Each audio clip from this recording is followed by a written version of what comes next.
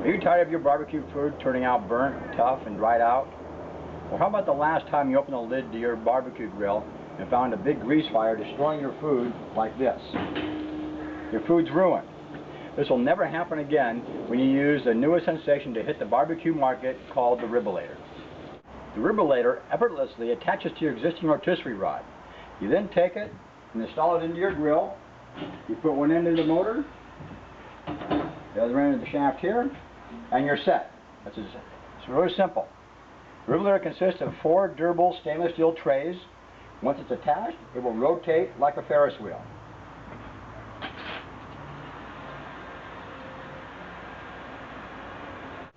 With this patent-pending process, you can cook ribs, fish, chicken, steak, burgers, vegetables. In fact, whatever you can cook on the grill, you can cook on the all-new Ribolator, and it'll be better and safer. Now I'll demonstrate how the Ribolator works. I'm going to put on some different types of food. First thing is a piece of fish, nice fillet with some seasoning on it. You stick it onto one of the trays. Next I have a nice rack of ribs. These are pork spare ribs. They just fit right in there nice. Rotate it around for the next batch.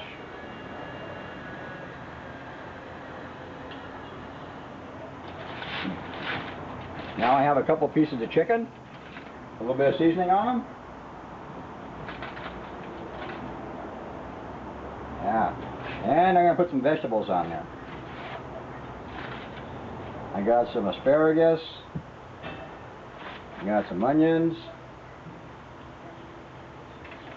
I got some nice peppers,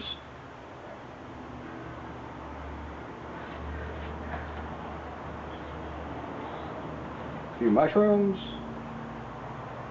and of course, what's barbecue without a few jalapenos? Put those in there. A couple more jalapenos here.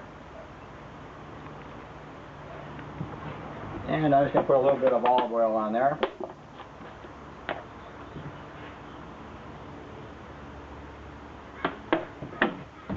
And a little bit of seasoning.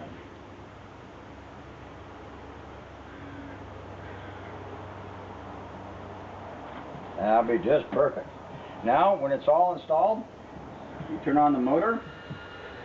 As you can see, it rotates around in a Ferris wheel fashion. With the Ribolator, you'll have no more grease fires, no more burnt food, no more dried out food. What makes the Ribolator unique is that it'll cook with indirect heat. It's not directly on your grill, so it's not burning. Your food will always turn out tender, juicy, and perfect the first time and every time you use it. And it's approved by 4 out of 5 cavemen.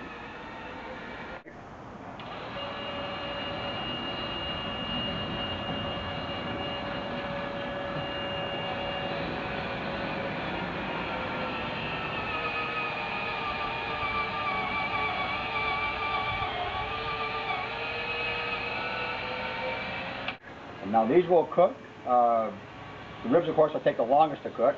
The others will take a matter of minutes. We'll have a beer. I got mine right here.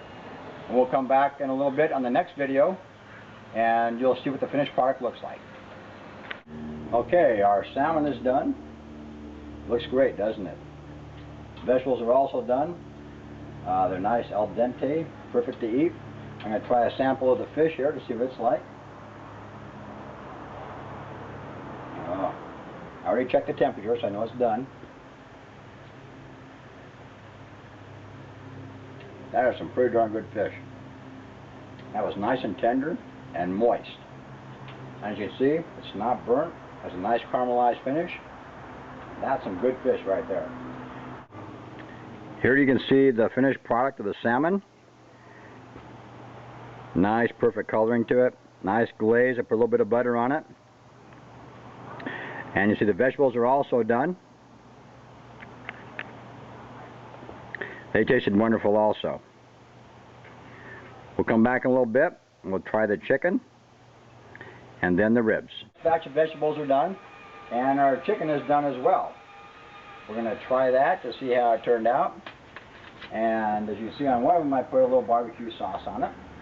And this one I put none because my granddaughter doesn't like sauce on her food, so she'll be eating that one. So we'll cut into the one that has some sauce on it. Oh yeah. Have it warm.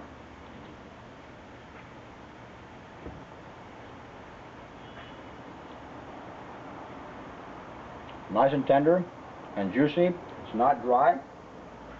It turned out good, and as you can see, it's not burnt. Ribs are next in line. They're another hour or two away, maybe a little bit longer. So we'll come back and give those a try. So we're going to take this off, and we'll be back to give you an update.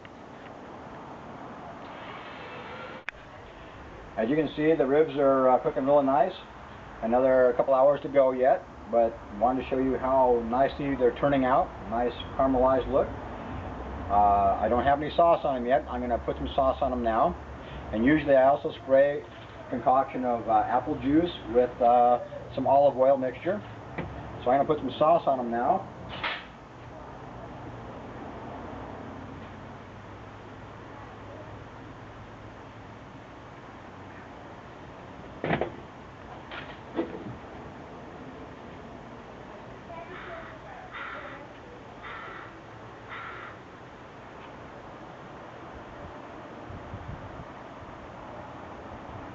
And we'll let that caramelize.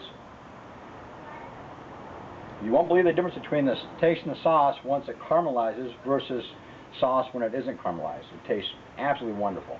So we're going to let that cook on there, and we'll come back later to give you an update. Okay, our ribs have been cooking for about 3.5 to 4 hours. They're all done, nice caramelized finish, and they're not burnt. I've already pre-cut one to show you. As you can see, they have a nice caramelized finish to them. They're tender and they're juicy. And as soon as this thing cools off, I'm going to try it. Now, if I would have cooked these ribs on the grill, they would have been burnt and dry. Not only that, but if I had put sauce on there, the sauce would have cooked to the grill surface, it would have dripped down onto the burners, and caused a fire and a big mess. Okay, here's inside the grill. As you can see, there's hardly any grease in there at all. That's after 3.5 to 4 hours of cooking for the chicken, fish, ribs. And as you can see, it looks pretty clean in there. Just a little bit.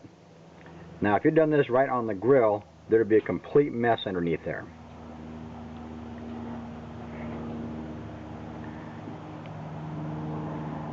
That's the advantage of cooking on the Ribolator. So as you can clearly see, by cooking on the Ribolator, your food will turn out tender and juicy every time you use it. Never dry, never burnt. It's going to turn you into a master barbecuer, not only the first time you use it, but every time. And you can only find this patent-pending process of cooking with indirect heat only by using the Ribolator. So if you want your next barbecue to be a great one, then cook it on the Ribolator. I tried the fish and the chicken and it is amazing.